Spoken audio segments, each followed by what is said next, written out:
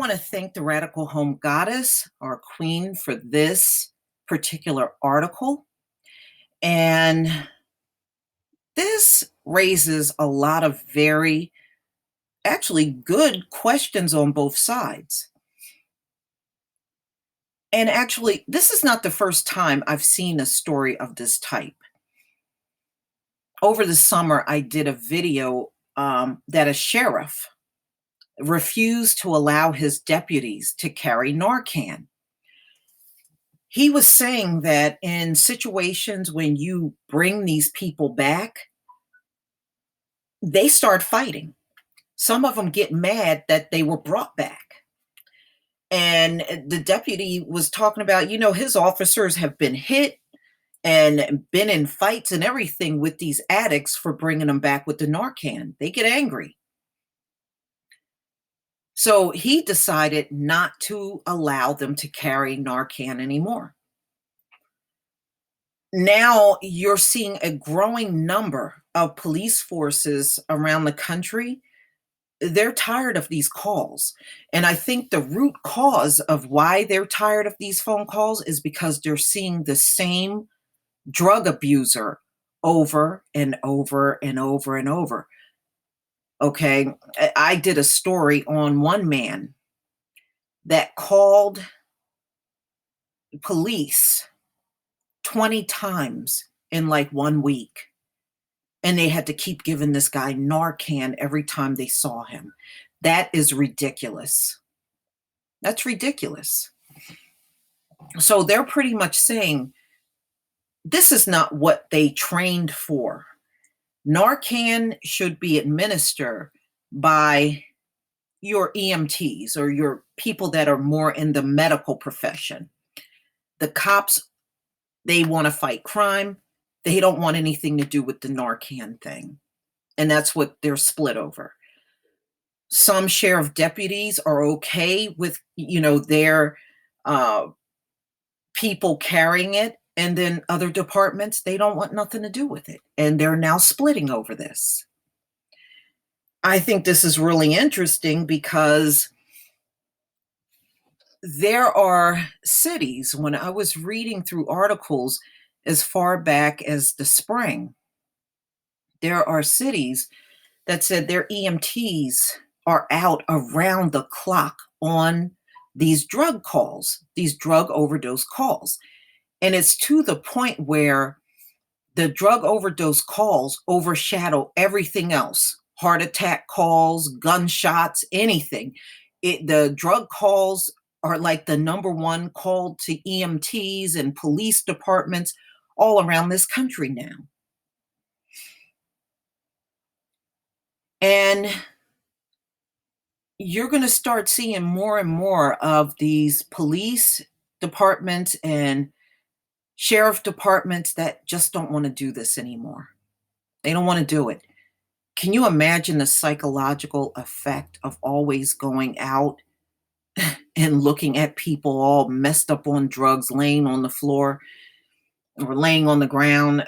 That's got to take a psychological toll on anybody that's doing that job. So let's get into this article. And this is Claremont County and Butler County are both in Ohio, by the way. And that's what they're talking about in this article. All right, let's go down. Here we go. Butler Sheriff Richard Jones, who county includes growing northern Cincinnati suburb, older industrial cities, and rural areas, also voiced compassion. He lost a brother at a young age to alcoholism and drugs, he said, and he recounts cradling infants twitching from the effects of their mother's drug use. But people using drugs make choices, he said, knowing that they can die from it, but they still do it. That's very true. And Jones said people who overdose can be combative when they come to, he said. And officer bend over giving Narcan could get a brick to the head. And I've heard this actually before in other parts of the country where they said they got to be careful when they give Narcan. These people don't just come around and sit down and they're pretty docile. No, what they do is some of them, when they revive them, they actually start fighting the cop that gave them the Narcan. It can become very dangerous. It was not what we're supposed to do, Jones said, known for blunt talk on such issues as illegal immigration and Donald Trump's GOP presidential campaign. We won't do it, period. So he's saying they're not carrying Narcan in Butler County. The police will not be, the deputies will not be carrying Narcan. He doesn't feel that's their job, and they don't want to do it. A recent visit with Jones by Associated Press reporters came the morning after a man in Middletown, revived by firefighters, came back to consciousness in attack mode. He injured a firefighter and tried to bite and punch others. That's why. But, you know, if he's doing those things, wouldn't ultimately the officers will still end up at the scene dealing with the drug addict? Just saying. Such instances are rare, authorities said. Quincy, Massachusetts, a police pioneered Naloxone 7 years ago and have reversed nearly 800 overdoses without a single officer being injured, said Lieutenant Patrick Lynn. An advocate for those battling drug addiction says it seems like a natural situation for police whose very job call for facing sudden threats. In Butler County, Mobile Home Park, where sheriff's office has stepped up patrols after complaints of drug activity, Jones' position has strong support from Brandon O'Hare, 21. Snuggling his newborn daughter, he said he and nearly all his neighbors have had cars and homes broken into by people stealing to fund their heroin habits. But see, we tried to tell you that during the crack epidemic. Crime went through the roof in the Black community, and that was because the junkies were trying to find ways to feed their drug habit. What did they do? They started stealing from people's homes and carjacking and doing all that stuff. That is part of the drug culture. You can't be a drug addict because, see, junkies always run out of money. They always going to run out of money. And as soon as the money is gone, they are going to turn to crime. And that's why crime is going to go through the roof in all of these areas where these junkies are. And all you got to do is look online. They are breaking into pharmacies. They are breaking into veterinarian offices because you know what? Dogs and cats take the same drugs. So they're breaking in there too. In fact, around where I live maybe like a mile and a half from a veterinarian's office, and the cop has to sit out there 24 hours a day. You go past there, there's a cop there just sitting in the lot because the office had been broken into multiple times by the junkies. They are robbing banks.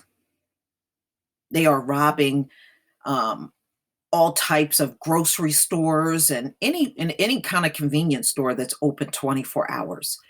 And you know, they all say the same thing. They were looking to get high. So, an AP survey of Ohio's 88 sheriffs found that at least 68, or a little more than three-fourths, equip deputies with naloxone. Of those, a half dozen have begun within the past 6 months, and most others have less than 2 years' experience. It's hard to say what effects naloxone is having on overdose death rates. Accidental overdose deaths in at least 11 Ohio counties where sheriffs have used the antidote for more than 2 years went up last year. Butler did too, and on its track for another record toll this year. In Claremont, where Sheriff Deputy carried naloxone, the death toll went down last year. Statewide, the overdose death toll soared 33% of 4,050 people in 2016. So they're now distributing naloxone. You can get it in pharmacies and it's over the counter. I was reading recently, now they have it in a lot of schools around the country. Um, I'm not surprised. I'm not surprised. I mean, the drug addiction is just getting worse in this country. It's not getting better. Okay. So I know, just looking at some of the recent articles, they're trying to encourage people to carry Narcan. So when they come across these folks out here, they can help. And that's really a personal choice. I wouldn't think you are a bad person if you didn't want to do it. You know, it does have many dangers. And not only that, you have to be very careful with fentanyl being on somebody's clothing. Just touching or inhaling the residue and the particles from it can make you overdose. And you just don't know the person that you're trying to bring back with Narcan. You don't know what they took, you know? So it's hard to really, I wouldn't judge anybody badly if you didn't want to carry it. That's just my opinion.